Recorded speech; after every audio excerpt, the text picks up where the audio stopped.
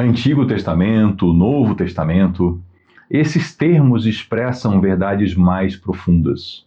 Não é simplesmente que são duas porções de livros escritas em épocas diferentes, mas é que um representa uma primeira aliança, um primeiro testamento deixado, e o segundo representa uma nova aliança, um novo testamento deixado, que modifica o primeiro, que traz coisas novas que não estavam vistas no primeiro. E isso nós precisamos entender quando a Bíblia Sagrada nos ensina a respeito da nova aliança em Jesus Cristo. Olá, seja bem-vindo aqui ao canal Estudamos a Bíblia e nós estamos prosseguindo no nosso estudo da Carta aos Hebreus. Hoje, capítulo 9. Deus amado, coisa boa é estudar a Tua Palavra. Nos concede, Senhor, sempre a atenção, o foco e o entendimento, para que a gente conheça o texto sagrado e entenda, Senhor, o Teu conteúdo profundamente em nossos corações. Oramos em nome de Jesus. Amém. Vamos então à nossa leitura. Diz assim a palavra do Senhor, Hebreus capítulo 9, a partir do verso 1. Ora, a primeira aliança tinha regras para adoração e também o santuário terreno.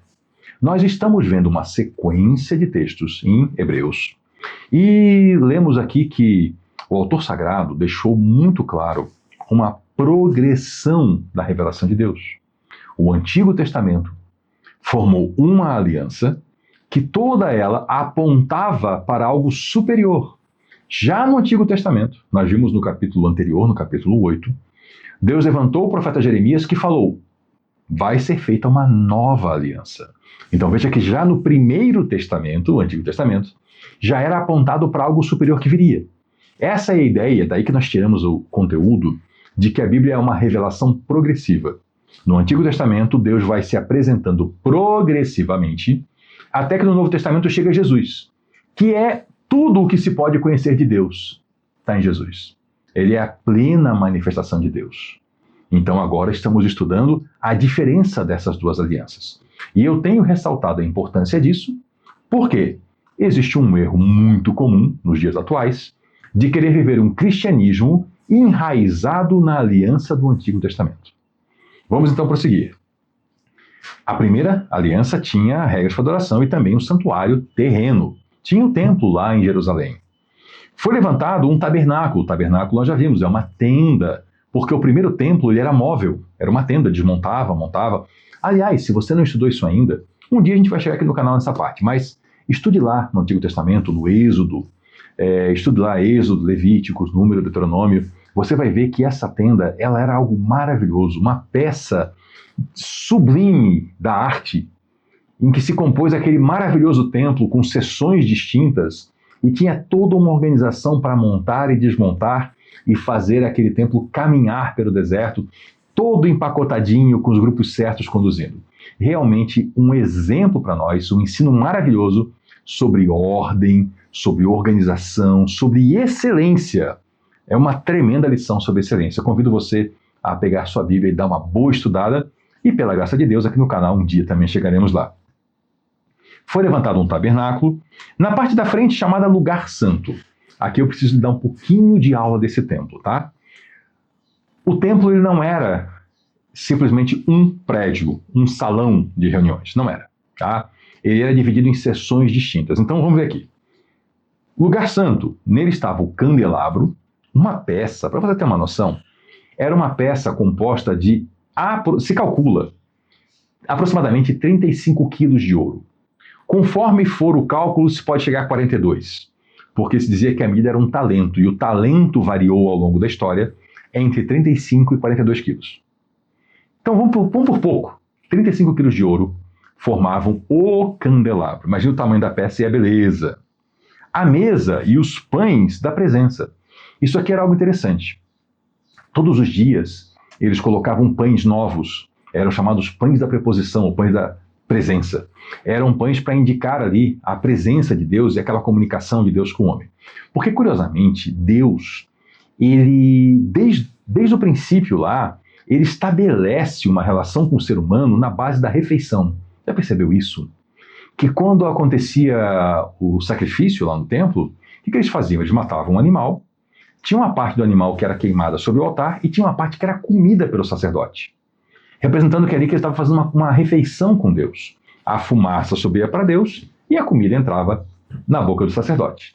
Então, os pães também representavam isso. Ficavam aqueles pães ali na presença de Deus. Todo dia de manhã, eles tiravam o pão, colocavam um pãozinho novo. O que eles faziam com o antigo? Comiam. Sim, era comida aquele pão. Então, sempre teve dentro da ritualística, da liturgia que Deus estabeleceu, a refeição sempre esteve lá. E continua estando. Já percebeu que nós fazemos a ceia do Senhor? Aquele tempo de pão e vinho com o Senhor? E o que o Senhor promete para a gente quando nós chegarmos naquela morada celestial? Seremos recebidos como? Com uma mesa. Com uma refeição com o Senhor. Então veja como sempre está aqui forte essa representação, né? Essa comunhão. Até porque a gente sabe, né? O tempo de refeição é um tempo de comunhão, né? Por trás do segundo véu havia a parte chamada lugar santíssimo. Então, uma primeira parte chamada santo, mas ali por trás, mais profundamente, o lugar santíssimo. Onde se encontravam o altar de ouro para o incenso e a arca da aliança totalmente revestida de ouro. Aqui seria melhor colocado numa tradução talvez mais próxima do grego, ao qual pertenciam o altar de ouro para o incenso e a arca da aliança, e não onde se encontravam, né? E esse altar de ouro era o seguinte: eles tinham uma preparação de um incenso, era uma receita sagrada, está na Bíblia também essa receita, tá? Que era proibido usar para outras coisas. Era só para aquele incenso, para aquele cheiro gostoso. Então lá, nesse altar, colocava-se essa mistura, queimava, e aquela fumaça ali subia, e era uma representação das orações que sobem para Deus. O templo tinha muito simbolismo, tinha muita coisa para ensinar com aquelas figuras ali. E também tinha a Arca da Aliança, que era uma arca feita de madeira de acácia, totalmente revestida de ouro. Uma peça que as descrições demonstram que era uma peça belíssima também. Nessa arca, dentro dela ficavam as tábuas dos 10 mandamentos, ficava um vaso com o maná, lembra do maná do deserto, que todo dia tinha maná para o povo comer, e esse maná não estragou, o que ficava lá dentro, e também a vara de Arão, que floresceu num milagre lá que Deus fez para demonstrar que Arão era o sacerdote. Tudo isso ficava lá, né? Então aqui está a descrição, né? Nessa arca estavam o vaso de ouro, contendo maná, a vara de Arão que floresceu e as tábuas da aliança. Acima da arca estavam os querubins da glória, que com a sua sombra cobriam a tampa da arca. Tudo aqui é uma descrição de figuras feitas. Aliás, curiosíssimo, né? Veja que eu já tratei disso num vídeo da série Pergunte Aqui, mas no nosso país, a predominância do modo de pensamento evangélico tem uma aversão a imagens, né? Só que aqui está descrevendo que dentro do templo, do Santo dos Santos, tinha imagem de querubins. Porque o que a Bíblia proíbe é a adoração de imagens e não o uso ou a existência de imagens. Aliás, os primeiros evangélicos, você não sabe, os primeiros evangélicos foram os luteranos na Alemanha. Martim Lutero foi o primeiro evangélico, né? Usavam muitas imagens. Para quê? Para adorar? Não. Aliás, as imagens surgiram lá na Idade Média, dentro da igreja antiga, para ensinar o povo que era analfabeto. Então se usava imagens para as pessoas poderem ver e entender. Se usava os quadros para as pessoas poderem ver e entender. E ainda hoje, em muitas igrejas evangélicas, ainda no Brasil também, se usam também imagens e quadros, sem problema nenhum. Mas eu entendo que existe essa aversão. Aqui é mais ou menos o seguinte: o pensamento predominante que a gente vê por aí, desses evangélicos se os católicos fazem, então a gente não faz. Ou seja, não há um apego aqui à Bíblia, há um apego a um anti a outra religião, o que não tem nada a ver com o tema da palavra de Deus, né? Então, ali estavam os querubins da glória, que com a sua sombra cobriam a tampa da arca. Querubins são tipos de anjos, tá? A respeito dessas coisas, não cabe agora falar detalhadamente.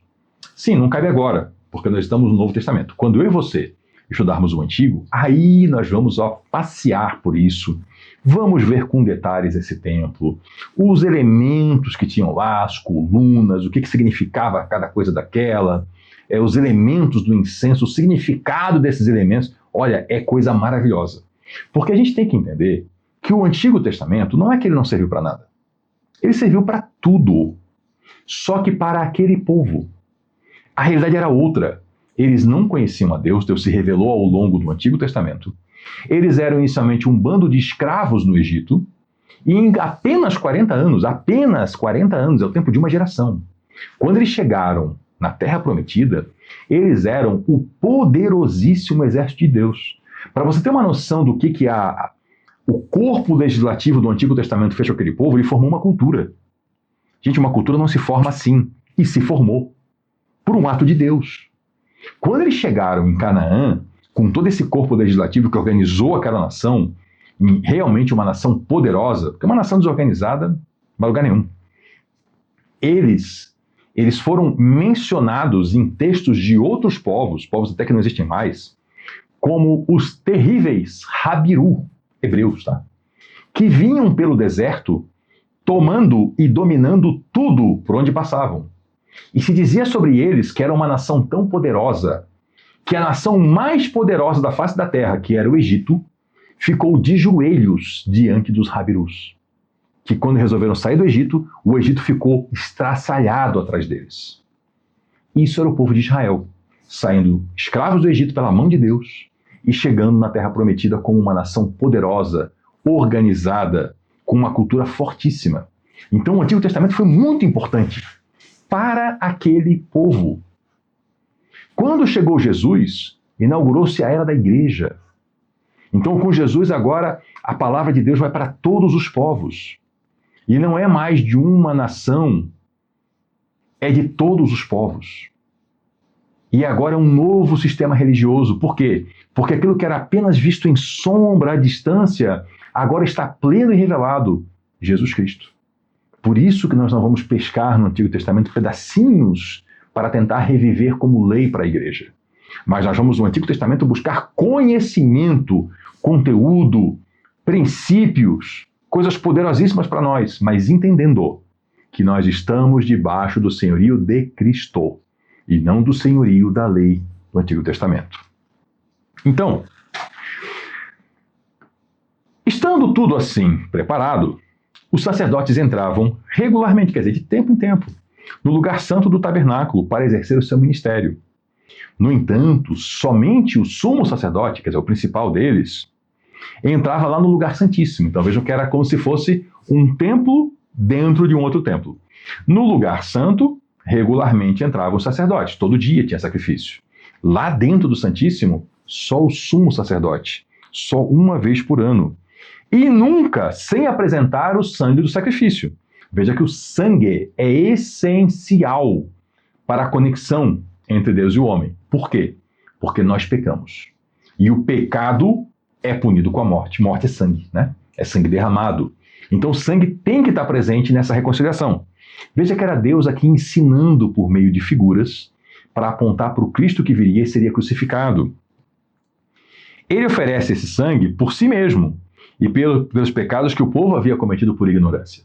É interessante ele comentar que são pecados por ignorância, por quê? Porque não haviam sacrifícios para pecados cometidos de maneira consciente. Então, por exemplo, estupro, pena de morte, acabou. Homicídio, pena de morte. E se fosse acidental? Aí não era homicídio, entendeu? O assassinato, ele é intencional, né? Blasfêmia, pena de morte. Falar mal dos pais, pena de morte. Desobedecer continuamente aos pais, pena de morte. Adultério, pena de morte. Então não haviam sacrifícios para todos os pecados. Veja que a antiga aliança ela não dá solução para todo tipo de pecado. É aqui, para esses que eram cometidos por ignorância. Porque os que eram cometidos sabendo, mesmo que a pessoa se arrependesse, não tinha solução. Diferente da nova aliança. Eu já citei esse exemplo. É um exemplo extremo, mas é para você entender. Se o evangelho entra numa cadeia, numa prisão, numa penitenciária, e tem um sujeito lá dentro que é um homicida, daquele de caso pensado, matador de aluguel, pistoleiro, e esse sujeito ouve o evangelho, se arrepende no seu coração, confessa com seus lábios a Jesus Cristo, se põe diante de Deus e pede perdão, ele recebe perdão. Na nova aliança tem. O sangue de Cristo é para todo aquele que se arrepender. Agora, aqui no sistema antigo, não. Era para aqueles que haviam cometido pecado por ignorância. Por isso que eu digo, você quer mesmo ir pescar no sistema antigo? Não é bom não, viu? Não é bom não. Dessa forma, o Espírito Santo estava mostrando que ainda não havia sido manifestado o caminho para o lugar santíssimo enquanto permanecia o primeiro tabernáculo. Então a ideia é o seguinte, com essa realidade, esse culto, ele era uma figura daquilo que viria. E essa figura era o Espírito Santo mostrando, olha, assim como só o sumo sacerdote entra e só uma vez por ano, lá no lugar santíssimo, o caminho não está aberto. Qualquer sacerdote pode entrar? Não. O sumo sacerdote pode entrar sempre que quiser? Não, só uma vez por ano. E com sangue primeiro, hein? E com sangue primeiro. Ou seja, o caminho lá para a profundidade onde estava a presença de Deus, simbolizada, que era o lugar santíssimo, não estava aberto. Veja que com todo aquele sistema sacrificial e ritualístico, o caminho não estava aberto. Quando é que se abriu o caminho? Quando Jesus morreu na cruz. E o véu, esse véu que separava o lugar santo do lugar santíssimo, rasgou de cima a baixo. Agora talvez você esteja entendendo assim, então é isso que era o véu do templo?